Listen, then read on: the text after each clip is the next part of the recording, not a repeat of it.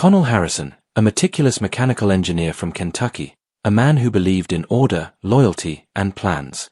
Veronica, his wife, unpredictable by choice, a woman who called cruelty creativity and betrayal spontaneity. Elsa, a marine biologist from Sweden, steady where Veronica was reckless, proof that care and balance can feel like love. And the circle around them, Beth, the sister who saw the patterns too late, Tyler, the best friend who named the cruelty for what it was. This is not just a story of abandonment in a foreign country. It is a story of betrayal, awakening, and the revenge of silence, where the one who once endured chaos finally takes back control. LT was the kind of text that didn't just sting, it hollowed me out from the inside. It was hilarious. You should have seen yourself sleeping while I escaped. I blinked at the glow of my phone, the Stockholm morning still dark and unfamiliar outside the hotel window. My name is Connell Harrison. I'm 31 years old, a mechanical engineer from Louisville, Kentucky. And at 7 a.m., in a foreign hotel room, I realized my wife had vanished. Her side of the bed was cold. The suitcase she had packed so carefully yesterday was gone.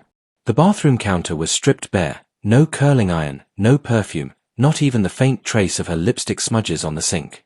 The only thing Veronica left behind was me, and the kind of silence that pressed against your chest until it felt hard to breathe. I tried to rationalize it at first. Maybe she was grabbing breakfast, maybe she'd gone for an early walk. But the words on my phone mocked me, while I escaped. Escaped. Like I was the jailer, and she had broken free. I called the front desk, my voice cracking even though I tried to steady it. The clerk's tone was polite, that measured Swedish accent precise and calm, almost cruel in its contrast to my spiraling panic. Yes, Mr. Harrison. Your wife checked out at 3 this morning. She took the airport shuttle. She said you had different departure arrangements. Different arrangements? I repeated. My throat was dry. I pulled up our flight confirmation. 2 tickets, side by side, departing at 6 p.m. that very day. Louisville, home. Our return together. Except when I called the airline, reality hit like a hammer. Mr. Harrison, the agent said, your wife called yesterday. She moved her ticket to the 6 a.m. flight to Chicago. Your reservation was rescheduled to next Wednesday. 5 days. She had left me 5 days stranded in a foreign country. I sat on the edge of the bed, phone trembling in my hand. The hotel carpet's muted pattern blurred, my vision swimming. Veronica thought this was funny. She thought planning my abandonment while I slept was clever, a prank to brag about. But this wasn't the first time she'd treated life like her own stage, with me as the unwilling prop. Last Thanksgiving she invited 30 people over with no warning. I scrambled through crowded grocery aisles while she napped on the couch, exhausted from the surprise. The year before that, she drained our vacation fund on a pottery wheel she used exactly twice. Every disaster was dressed up as spontaneous, every crisis a performance she applauded herself for. But this wasn't quirky or spontaneous. This was cruel. The weight of humiliation pressed into me. I imagined her already in Kentucky, laughing with her friends about how she ditched me in Sweden. Maybe she'd mimic my confused face when I woke up, still tangled in the sheets, searching for her. Maybe she'd say, Connell always takes himself too seriously. I had to shake him up somehow. I clenched my fists, feeling the heat of anger crawl up my spine. She wasn't just laughing at me, she wanted the world to laugh too. The embassy wouldn't open until 9. My options were limited: pay thousands to change my flight, sit alone in this sterile hotel room, or admit that I'd been made the punchline of my wife's cruelest joke yet. That's when I saw her. A woman about my age, blonde hair tied back in a no-nonsense ponytail, rolling a suitcase covered with faded travel stickers. She carried herself with the kind of composure Veronica never had, the calm presence of someone who belonged anywhere she went. She caught me speaking with the desk clerk, heard fragments of my desperate attempt to piece together embassy details, flight changes, betrayal. Her blue eyes softened as they met mine. Concern, not amusement. Empathy, not derision. Something in my chest, knotted tight since the moment I read that text, loosened, just slightly. I didn't know her name yet. But in that sterile lobby, full of polished marble and indifferent staff, she was the first reminder that not everyone thought abandonment was entertainment. And maybe, just maybe, this wasn't the end of the story. I stayed in the hotel lobby longer than I should have, staring at my phone as if the numbers and flight confirmations might rearrange themselves back into sanity. But they didn't. Veronica had been deliberate. Calculated. She hadn't just left, she'd rewritten the logistics of my life with a single phone call, locking me into a 5-day exile. When I called the airline again, hoping against hope for a clerical error, the agent's voice was clipped, efficient, unbending. "Sir, the change was requested by Mrs. Harrison. She specifically asked that you remain on the later flight. We can change your ticket, but the cost difference is significant. You'd be looking at upward of $2,000. $2,000 to undo the punchline of my wife's joke." My grip tightened on the phone. It wasn't just money. It was the way she'd stripped me of agency. Veronica had always played with spontaneity the way a cat toys with a trapped bird. She called it creativity. She called it living free. But standing in that marble-floored lobby, I finally saw the game for what it was: control. Memories cascaded, each sharper than the last. The pottery wheel she bought on a whim, our vacation fund drained overnight because art is more important than beaches. The Thanksgiving ambush, 30 hungry mouths and me, sprinting between ovens and grocery stores while she twirled in the living room, basking in the chaos she'd orchestrated. Even our wedding, planned in a reckless 2 weeks because 6 months was too boring. At the time, I convinced myself these were quirks. Charming flaws. The unpredictability that kept life interesting. But now, in the clarity of betrayal, they read like warning signs I had bulldozed past. Patterns I should have recognized. A text buzzed through, jolting me. "Hope you're not too mad. This will make an amazing story someday." My stomach turned. Story. That was what I'd become to her, a plot device in her endless theater of disruption. She wasn't just living her life. She was curating chaos, designing scenes where I was always the fool scrambling to keep up. And this scene, the Stockholm abandonment, was her masterpiece. I wanted to scream. To throw the phone against the cold glass doors and watch it shatter. Instead, I forced myself to breathe in and out, steady as the engineering equations I'd built my career on. Because rage was what she wanted, my humiliation, my unraveling, the punchline delivered in real time. No. Not this time. I needed strategy, not spectacle. Still, the humiliation festered. I pictured her back in Kentucky, sipping coffee, retelling her midnight escape with a smirk. Maybe she was already texting our friends, shaping the narrative before I even had a chance to speak. Connell is so serious, he didn't even notice me slipping out at 3 a.m. The thought of it burned hotter than the jet lag in my veins. I imagined them laughing along, shaking their heads at me. Poor Connell, the straight man in Veronica's comedy act. Except, was anyone really laughing anymore? Or was I the only one still pretending this was normal? The lobby bustled around me, tourists dragging luggage, staff wheeling carts, the hum of an international city waking up. And there I sat, motionless, caught between humiliation and something colder. A realization that what had felt like frustration in the past wasn't frustration at all. It was betrayal, pure and unvarnished. And betrayal changes things. I didn't know it yet, but that morning, jet-lagged, humiliated, abandoned, wasn't the low point of my story. It was the ignition. The moment the bridge stopped holding and started breaking, not because it was weak, but because it had been carrying the wrong weight for too long. The first crack in the structure had appeared. And once cracks form, collapse is inevitable. I don't know how long I sat there, staring at my phone, letting Veronica's texts etch themselves into my skull. The lobby had become a blur of movement, suitcases rolling across polished marble, muffled conversations in Swedish and English, the distant clatter of dishes from the breakfast area. Then I noticed her again. The woman with the travel-worn suitcase, its surface plastered with faded stickers. Berlin, Oslo, Prague, tiny airports I'd never heard of. She moved with a kind of self-possession that made her stand out against the restless tourists and hurried business travelers. Where others shuffled, she strode. Where others looked lost, she carried herself like she belonged. Her eyes flicked toward me, curious but not invasive. Blue, steady, intelligent. The opposite of Veronica's mischievous, restless gaze. I realized, with some embarrassment, that she had overheard pieces of my frantic conversation with the front desk earlier. My voice had carried, raw with desperation. Now she was standing near the elevator, glancing my way as if debating whether to speak. When our eyes finally locked, she crossed the lobby. "Excuse me," she said softly, her accent tinged with Scandinavian crispness. "You look like someone who just got some bad news." I almost laughed. Bad news? That was too gentle a phrase for what had happened. But the kindness in her tone made the laugh die in my throat. Instead, I just nodded. "My wife left," I admitted, the words tumbling out harsher than I intended. "Middle of the night. Took a different flight. Left me here stranded until next week." There was no smirk, no widening grin at my expense. Just a flicker of something. Pity? No, not quite. Recognition. Like she'd seen this kind of cruelty before. "I'm sorry," she said, genuine. "That's not something you joke about." Her words hit harder than I expected. Because that was exactly it. Veronica thought it was a joke. And this stranger, who didn't even know me, instinctively knew it wasn't funny. "Connell," I said, offering my hand.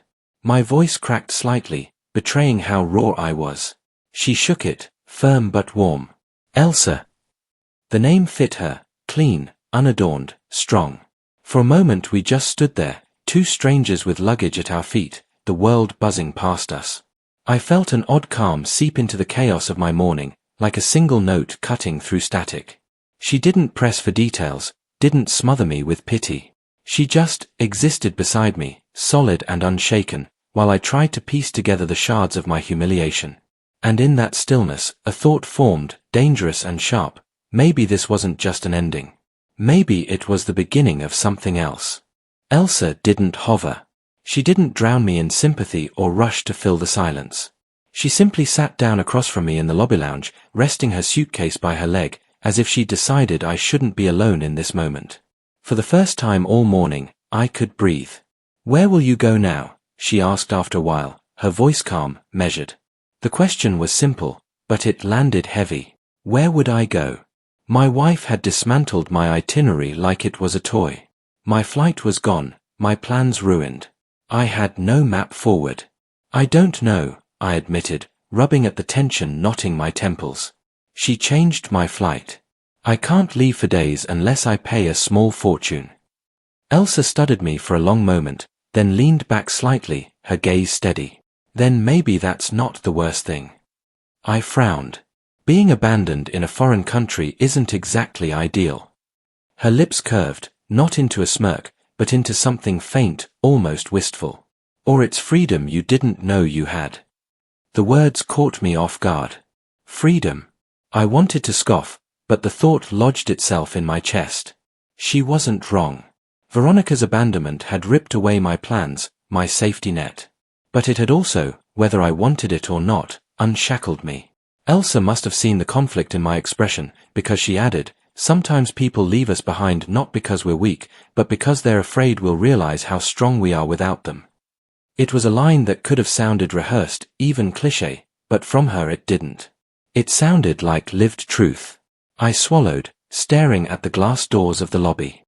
Outside, the streets of Stockholm moved with quiet order. People biking to work, trams sliding down tracks, the muted hum of a city waking. A city I'd never planned to explore beyond the tourist checklist Veronica had scribbled down.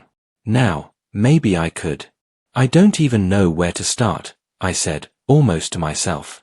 Elsa tilted her head, thoughtful. "I have a start.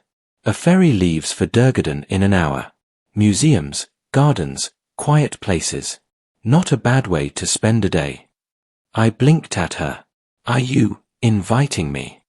Her smile widened slightly, but it wasn't flirtatious. It was kind. Grounded. Inviting, suggesting, call it what you like. But you shouldn't spend your first day of freedom sitting in a hotel lobby, waiting for a flight you didn't choose. For the first time since I'd woken to that cruel text, I felt a flicker of something other than anger. Something dangerously close to hope. Maybe Veronica hadn't stranded me. Maybe she'd set something in motion she could never control.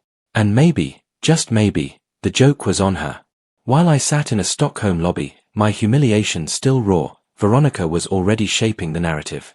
She perched on the edge of her best friend Kara's kitchen counter, coffee mug in hand, her voice bubbling with energy. Kara's house was her stage now, the cozy, suburban backdrop for her performance. And the look on his face when he wakes up, Veronica paused, throwing her head back in laughter. He probably stumbled around like a lost puppy. Meanwhile, I was already halfway across the Atlantic. You should have seen how clever I was about it, Kara. I changed his ticket without him knowing. Seamless. Kara didn't laugh. She offered a polite chuckle, the kind you give when you don't know if the joke is supposed to be funny. Veronica leaned in, lowering her voice like she was sharing a juicy secret. That's Connell's problem, you know? He's always so serious. So rigid. Someone has to shake him up. Otherwise he'll die of boredom before 40.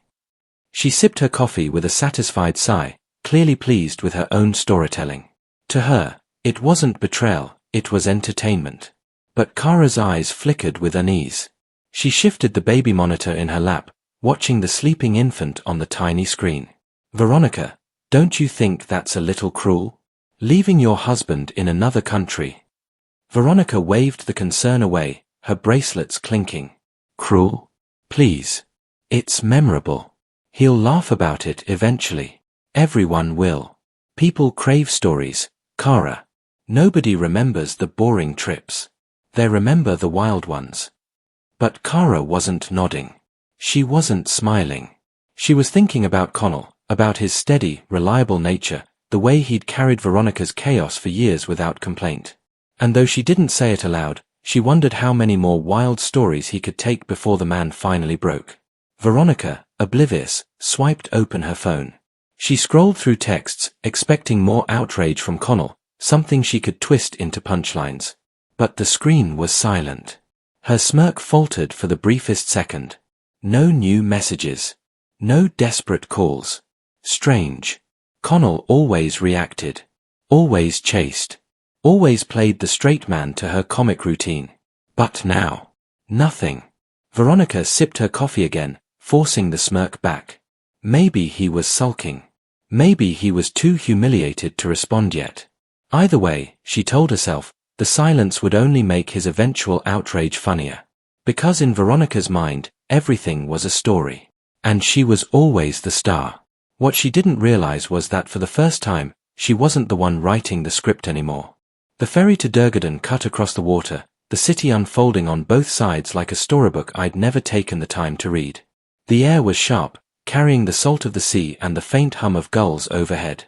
Elsa stood at the railing, her blonde hair tugged by the wind. She looked comfortable in the chaos of the crowd, unbothered by the chatter of tourists around us. For me, it was the first time all morning I felt the world expand instead of collapse. You've been here before, I said, noticing how easily she navigated the ferry, the ticketing, the schedule. Many times, she replied, her gaze fixed on the horizon. Travel is part of my work. And part of my life. What kind of work? She hesitated, then smiled faintly. Let's call it cultural consulting. Companies bring me in when they need to understand a place, its rhythm, its people. I learn the currents under the surface. It sounded almost poetic, and I wondered how much she was telling me and how much she was leaving unsaid. But I didn't push. Elsa didn't strike me as someone you interrogated. She revealed herself in pieces, if she chose to at all. I envy that, I admitted. Being able to move between places, to belong anywhere. She turned toward me then, her eyes steady. You'd be surprised how many people belong everywhere except the place they're told they should. The words settled heavy in my chest. Because that was me, wasn't it? Rooted in Kentucky, carrying Veronica's chaos like a badge of loyalty, convincing myself it was normal. I had built bridges my whole life, literal ones in my engineering projects and invisible ones in my marriage. Bridges that carried everyone else's weight. But now, stranded in a foreign country, I realized maybe the bridge had only ever gone one way. The ferry docked, and we stepped into Durgaden. Gardens spread before us, museums rose with dignified facades, and autumn leaves blazed copper and gold along the pathways. Elsa led, unhurried, as if she had all the time in the world. I followed, my suitcase still parked back at the hotel, my phone silent in my pocket. For once, I wasn't chasing. I was simply moving forward. Connell, Elsa said suddenly, glancing at me over her shoulder. What will you do when you go back? The question landed harder than I expected. My instinct was to answer, I'll go back to work, to my house, to Veronica. But the words caught in my throat. Because for the first time, I wasn't sure that was true. I looked at Elsa, at the calm strength in her stride, and I realized something. Veronica had taken my plans away.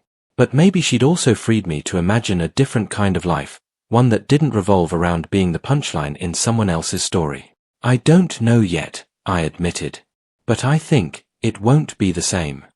Elsa's smile was small but certain. Good. Same rarely changes us. We walked on, the city alive around us. And for the first time in years, I wasn't carrying Veronica's chaos. I was walking toward something unknown, maybe even dangerous, something that felt a lot like possibility. By Monday morning, Veronica expected outrage. She expected Connell to blow up her phone with furious messages, desperate pleas, logistical questions. He always did. Every prank, every stunt, every chaos she unleashed, Connell reacted. That was the rhythm of their marriage. But her screen stayed blank.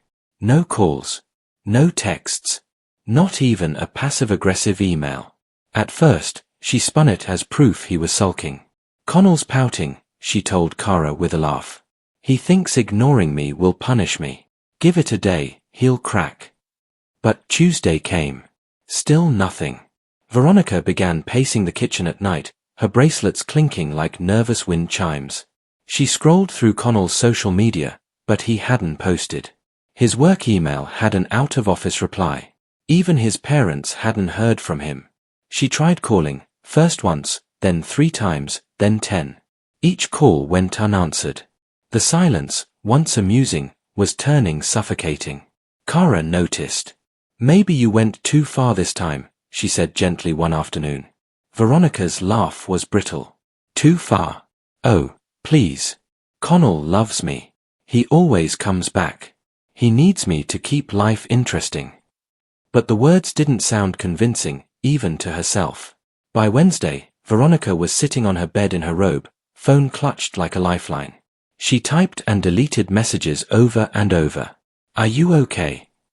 Why aren't you answering? This isn't funny anymore, Connell. But she couldn't bring herself to hit send. Because each unsent message felt like weakness. And Veronica Harrison didn't admit weakness. Still, the silence pressed closer. And somewhere, deep down where she'd never say it aloud, she wondered if, for the first time in their marriage, she wasn't the one in control of the story anymore. While Veronica spiraled in Kentucky, Connell sat at a cafe terrace in Stockholm with Elsa, the evening sun pouring a soft gold over the cobblestones. The air smelled faintly of cardamom and roasted coffee beans. Around them, Swedes moved at an unhurried pace, pausing to chat with neighbors, leaning into the simple rhythm of life. It was the first time in years Connell felt like time wasn't chasing him. Elsa stirred her tea slowly, her gaze steady. You keep telling me what Veronica did, she said. But you rarely tell me what you wanted. What was your vision of this trip? Connell blinked, caught off guard. No one had asked him that. Not even himself. I wanted to see this city, to walk its streets, to finally use the savings I set aside for us. He exhaled sharply. But I guess it was never our trip. It was mine. She just rewrote it without me. Elsa's blue eyes narrowed with quiet understanding. In marine biology, we call that parasitic behavior. One organism thrives while the host suffers. She set down her cup. But balance is always possible. The host can adapt. Or remove the parasite. The words lodged in Connell's chest. When Elsa spoke, it wasn't dramatics. No guilt-tripping. No manipulation dressed up as spontaneity. Just clear truth. And that truth forced him to confront what he had been avoiding for years. Veronica's chaos wasn't an accident. It was a pattern. They left the cafe and walked down Gamlestan's narrow medieval streets, where lanterns flickered against stone walls older than the country he came from. Elsa pointed out carvings in doorframes, telling stories about guilds and merchants, about how the city had survived centuries of fire, war, and upheaval. Connell listened, but part of him drifted inward. He realized he couldn't remember the last time Veronica had told him a story that wasn't about herself. He couldn't remember the last time she had asked him a question without turning the answer into a punchline. As they reached the water's edge, Connell finally said it out loud. "I think I've been building bridges my whole life. But with Veronica, I was building one she kept burning behind me." Elsa didn't flinch at the confession.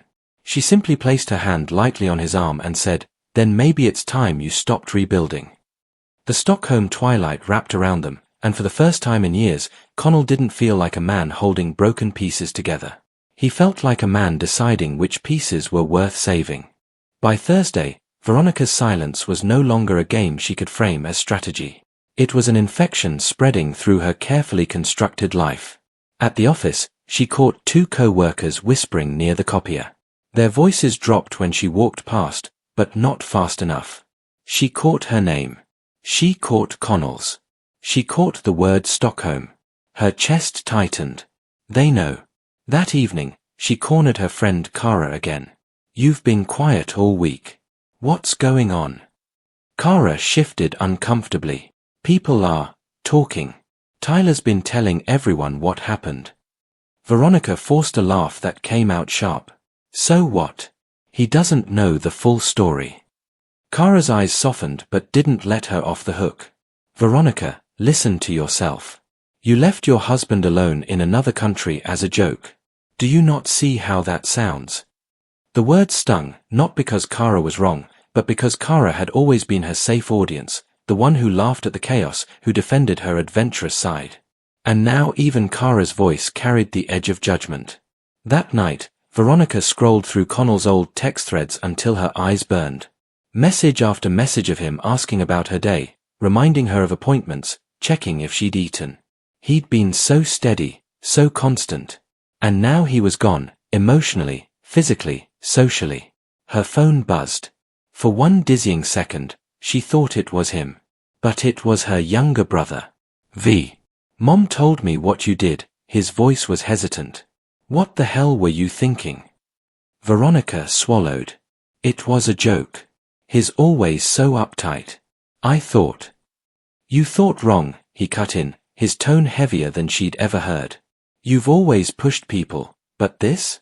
You abandoned him. Everyone's saying it. Even I can't defend you on this one." The line went dead. For the first time in years, Veronica felt truly alone. Not the kind of solitude she could spin into a quirky story, but the raw kind, the kind where the silence of her phone was louder than any judgment she'd ever tried to laugh off.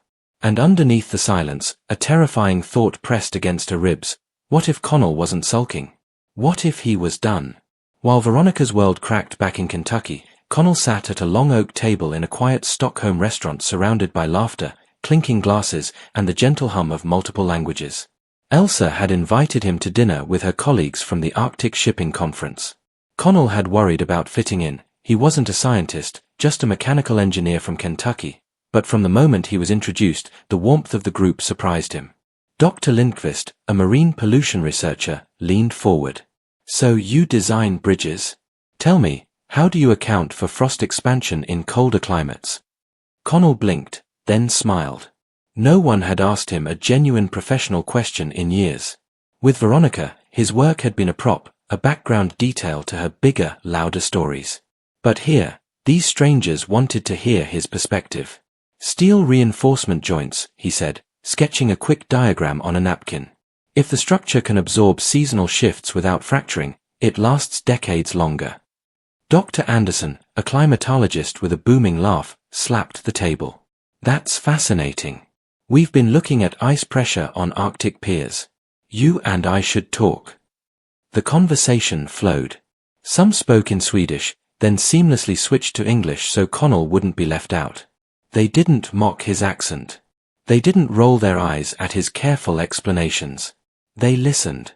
Elsa sat beside him, smiling, not the forced, performative smile he knew too well, but a soft one, as if she were quietly pleased to watch him take up space he'd long been denied.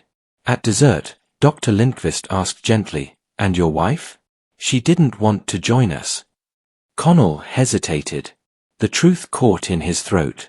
Finally, he said, she had other priorities. The table fell silent. A few exchanged glances. Dr. Lindqvist muttered something sharp in Swedish that made the others nod grimly. Elsa's hand brushed his under the table, steadying him without words. When they left the restaurant, the Stockholm night was painted in streaks of rose and violet, the sun lingering at the horizon like it refused to disappear. They walked along the water, the city lights rippling across the surface. "You seem different tonight," Elsa said. "How so?" "Less like a man waiting for a storm. More like someone finally breathing." Connell thought about it, really thought.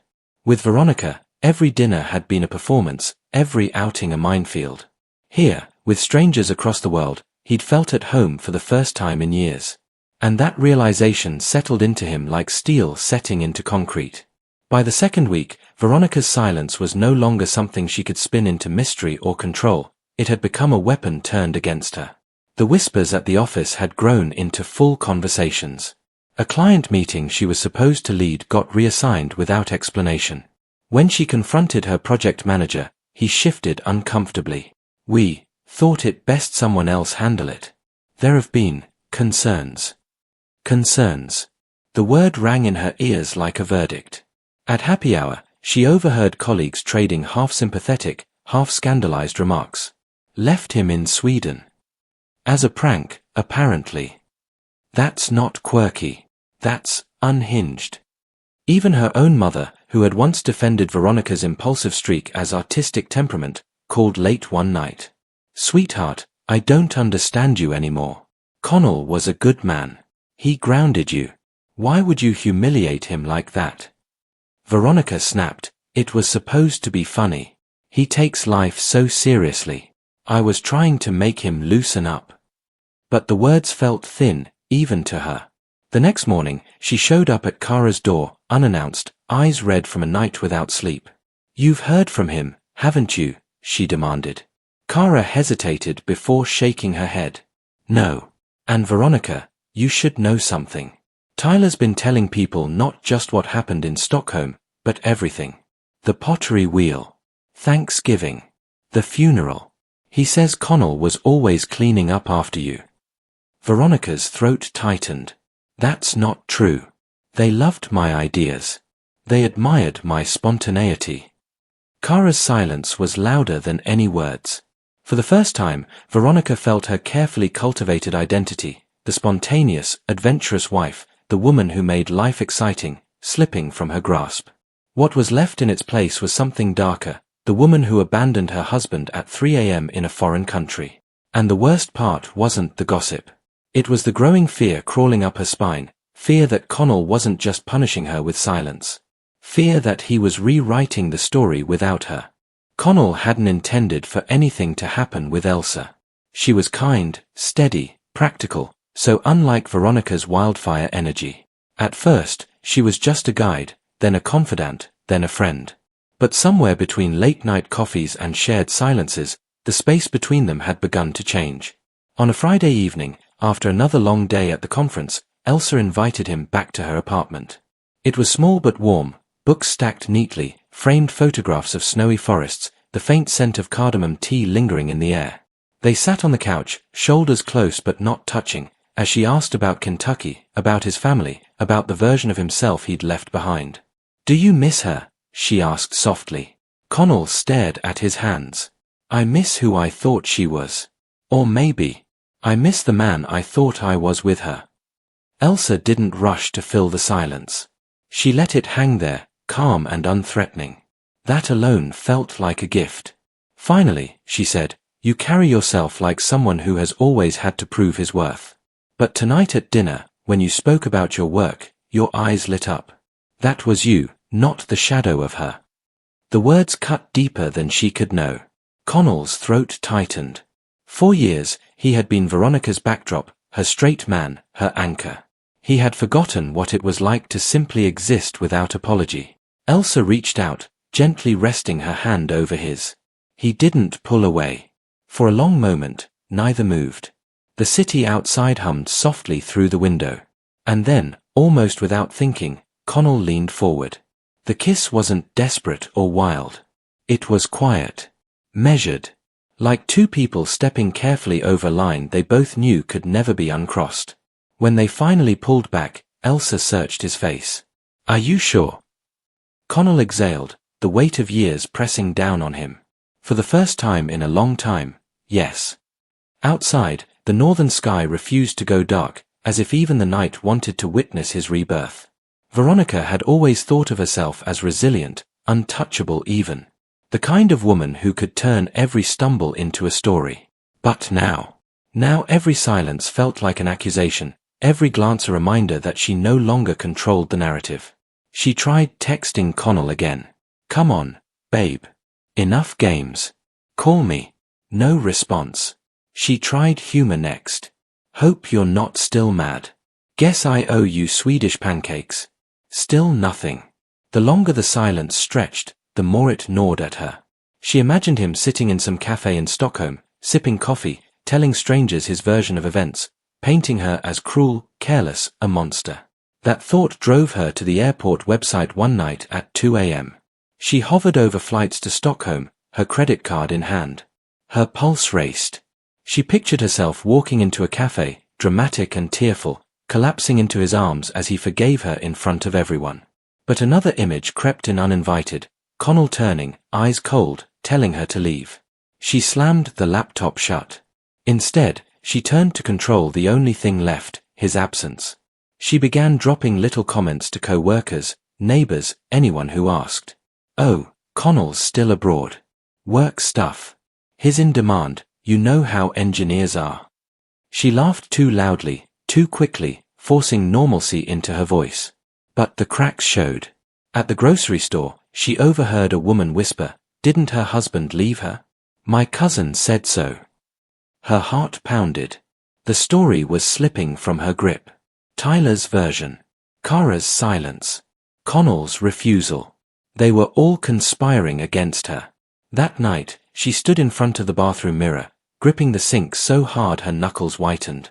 Her reflection stared back, eyes hollow, hair unkempt, a stranger. "No," she whispered. "This is my story. Mine." And with that, Veronica made a decision. If Connell wouldn't return, she would go to him. Not for love, not for apology, but to reclaim the narrative before he erased her completely. Connell adjusted to Stockholm faster than he ever imagined. Days bled into a rhythm that felt startlingly natural, mornings with coffee at the cafe by the harbor, afternoons consulting on engineering questions for Elsa's colleagues, evenings spent in her warm apartment where silence wasn't a punishment but a comfort. One night, Elsa introduced him to her parents over dinner. He worried about being the odd foreigner at the table, but her father leaned in with genuine curiosity about Kentucky rivers, and her mother insisted he try the herring twice because the first bite lies. For the first time in years, Connell didn't feel like a background character in someone else's drama. He was allowed to speak. To laugh. To be. After dinner, as they walked home, Elsa glanced at him. "You fit here more than you realize." Connell gave a small smile. "That's kind of you, but I'm still a visitor." She shook her head. "Not to me." The words lingered long after they reached her apartment. Later, when they lay side by side in the quiet, her breath steady against his shoulder, Connell realized something frightening and exhilarating. He hadn't thought about Veronica once that entire evening. The man who used to live on the edges of her spotlight was gone. In his place stood someone steadier, someone lighter, someone who had begun to imagine a life built on trust instead of spectacle. But even as he let himself drift into sleep, halfway across the Atlantic, a boarding pass printed with Veronica's name slid from an airline kiosk. Her eyes burned with resolve. She was coming. And the story, his story, was about to be invaded. Veronica sat in seat 22A, her nails drumming against the armrest as the plane hummed into the dark sky. The cabin smelled of coffee and recycled air, but her mind was elsewhere. Stockholm, Connell, the whispers back home that had turned into roars. She had rehearsed every possible version of what would happen when she saw him again. In one, he broke down the moment she appeared, overwhelmed with relief. He would forgive her instantly, the way he always had, and everyone, Kara, Tyler, her mother, would see she had been right all along. In another, he resisted. Cold. Distant. But she'd win him back with charm, tears, stories that made her look vulnerable. She could spin this. She had always spun everything. And yet, beneath all the fantasies, there lurked a possibility she refused to say aloud, that Connell might not just be angry, but gone. Not physically, alive, yes, but gone from her. Belonging to someone else. That thought made her stomach twist.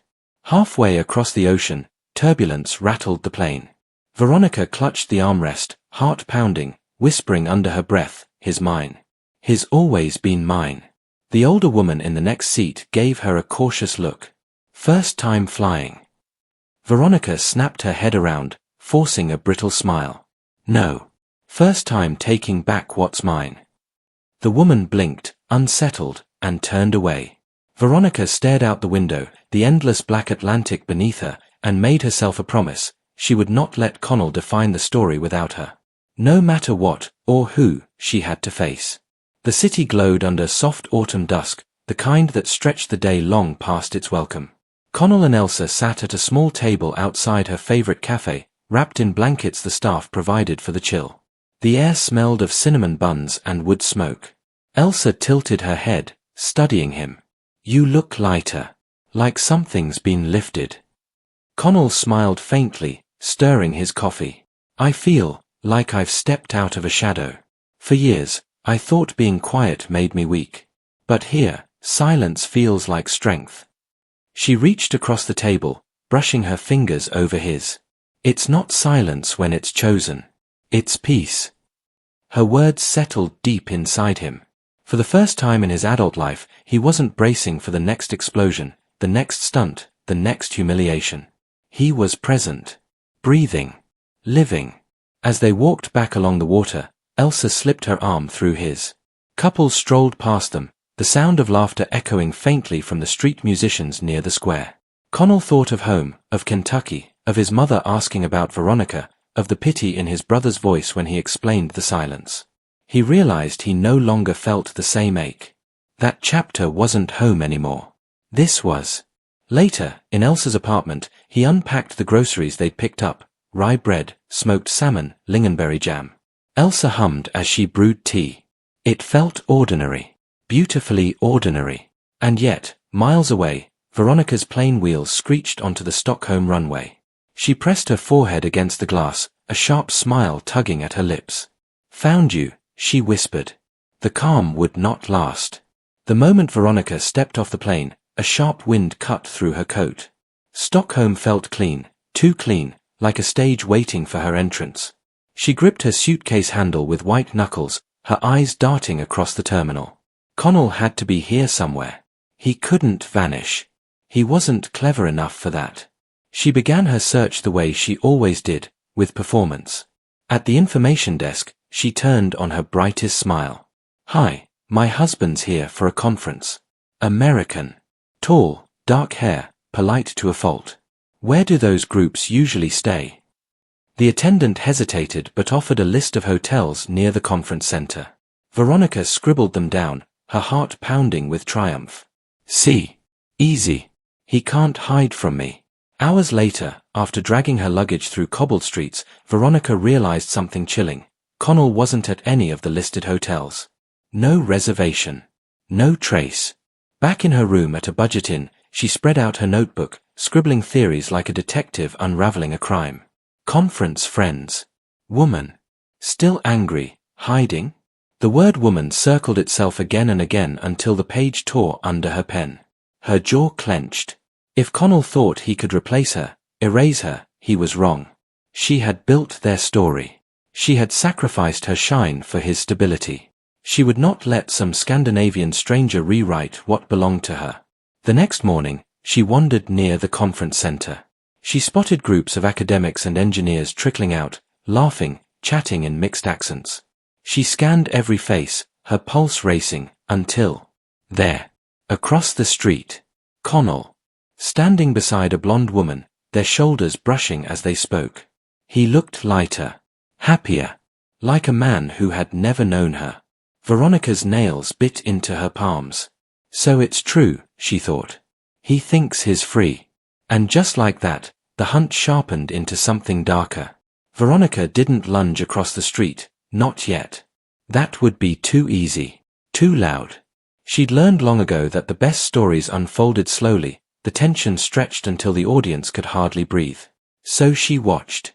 Connell and the blonde woman, Elsa, Veronica decided with a curl of her lip, walked together down the waterfront, their laughter drifting back on the breeze. Connell's posture struck her first, relaxed, unguarded, nothing like the man she remembered bracing himself for her every surprise. She followed at a distance, weaving between tourists snapping photos and cyclists zipping past. She was good at this, melting into the crowd, pretending she was part of the background. After all, hadn't she done that for years whenever Connell tried to fade from her spotlight? They stopped at a small cafe tucked between two bookshops. Veronica ducked behind a rack of postcards, peeking over the top. Inside, she saw them share a plate of pastries, leaning in close as they talked. Elsa laughed at something Connell said, then reached across the table to brush a crumb from his lip. The intimacy hit like a blade twisting in her gut. Her hand trembled as she snapped a photo with her phone. Evidence. Proof. If she showed this back home, no one could paint her as the villain anymore. Connell wasn't some wounded husband abandoned in Europe. He was cheating, betraying, rewriting the narrative in his favor. The rage steadied her. She could almost hear herself telling the story at Kara's kitchen table, spinning it into one of her legendary tales. And then I found him, with her, in plain sight. But this wasn't enough. A photo was a whisper. Veronica wanted the raw. She slipped her phone back into her pocket and smiled, the kind of slow, dangerous smile that had always preceded her boldest stunts. Connell thought he was free. He was about to remember exactly who he was dealing with. The messages didn't stop. They came in waves, frantic, angry, pleading, looping back on themselves like a drowning person thrashing in water. By the second week, Veronica wasn't just calling my phone. She was calling Elsa's university office. She was sending emails to my engineering firm back in Louisville. She even reached out to my sister Beth with a desperate request, "Please, just tell him to come home. He doesn't know what he's doing." Beth forwarded me the email with a single line, "She's losing control, Connell. Stay strong." It was strange. For years I'd been the one who felt trapped, always reacting to Veronica's chaos, always the one left holding the bag. Now it was her turn. She was trapped in her own unraveling story, and everyone could see it. Still, I knew it couldn't just fizzle out. Veronica wasn't the type to go quietly. She needed an audience, needed to stage her finale. And she did. It happened 6 weeks after she'd left me stranded in Stockholm. Elsa and I had just finished a long day aboard the research vessel, cataloging data from the Arctic routes. I'd come back to my hotel room, tired but content, when the front desk called up. "Mr. Harrison," the clerk said cautiously, "there's a woman downstairs asking for you. She says she's your wife." My heart dropped into my stomach. For a moment, I was back in that first morning in Stockholm, staring at the empty space where her suitcase had been, realizing she was gone. But this time, she wasn't disappearing. She was arriving. I told the clerk I'd be down in 5 minutes. She was waiting in the lobby, pacing like a trapped animal. Her hair was wild, her makeup smudged, and her voice carried as she argued with the staff. When she saw me, she lit up with manic energy. "Connell. Finally. Thank God. We can put all this behind us." Her words spilled out fast, rehearsed, desperate. She wanted us to go upstairs, to talk privately. She wanted to explain everything, to laugh about it, to call it our story. She wanted to erase 6 weeks of silence with one dramatic reunion scene. But for once, I didn't give her what she wanted. I didn't sit down. I didn't take her hand. I didn't lower my voice like I usually did, trying to contain her chaos. Instead, I stood in the middle of the lobby, where everyone could hear, and said the words I'd been holding for months. "You left me in a foreign country as a joke. You changed my flight, stole my seat, and abandoned me in the middle of the night. That's not funny. That's not creative. That's cruelty." Her face flickered. Shock. Anger. Then that brittle laugh she always used when cornered. "Oh, come on. Don't be dramatic. You're telling this like I tried to kill you. It was just spontaneity. That's who I am." "No," I said, steady and clear. "That's who you choose to be. And I'm done paying the price for it." The room went quiet. Even the front desk clerk froze, pretending to type while watching us from the corner of her eye. Veronica's eyes darted around, searching for an ally, an audience, someone to laugh along with her. There was no one. "You can't just walk away from me," she hissed, her voice dropping low. "We're married. We have history. You need me." That was when I realized something. For years, she'd built her identity around being the unpredictable one, the chaos everyone had to accommodate. But chaos only works when someone else cleans it up. And I wasn't cleaning anymore. "I don't need you," I said quietly. "And you don't control me anymore." For the first time since I'd known her, Veronica had no script. She just stood there, lips parted, eyes wide, as if someone had finally cut the strings. I turned to the clerk. "She's not my guest. Please don't allow her access to my room." Then I walked out of the lobby into the crisp Stockholm night, where Elsa was waiting for me across the street. From that moment on, Veronica became exactly what she feared most, irrelevant. Her calls went unanswered. Her emails bounced back without reply.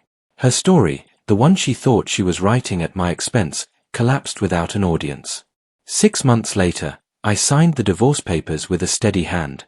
And 1 year to the day after her midnight escape, I stood on the deck of the research vessel beside Elsa, watching the Arctic sun paint the ice in gold. Veronica had wanted a story people would talk about. She got one, just not the way she imagined. In Kentucky, she was a cautionary tale. In Sweden, I was finally myself. And as Elsa slipped her hand into mine, I thought of her grandmother's words. "Some people will set your house on fire just to watch you put it out. The only way to win is to stop giving them matches." That was the end of Veronica's fire. And the beginning of my life.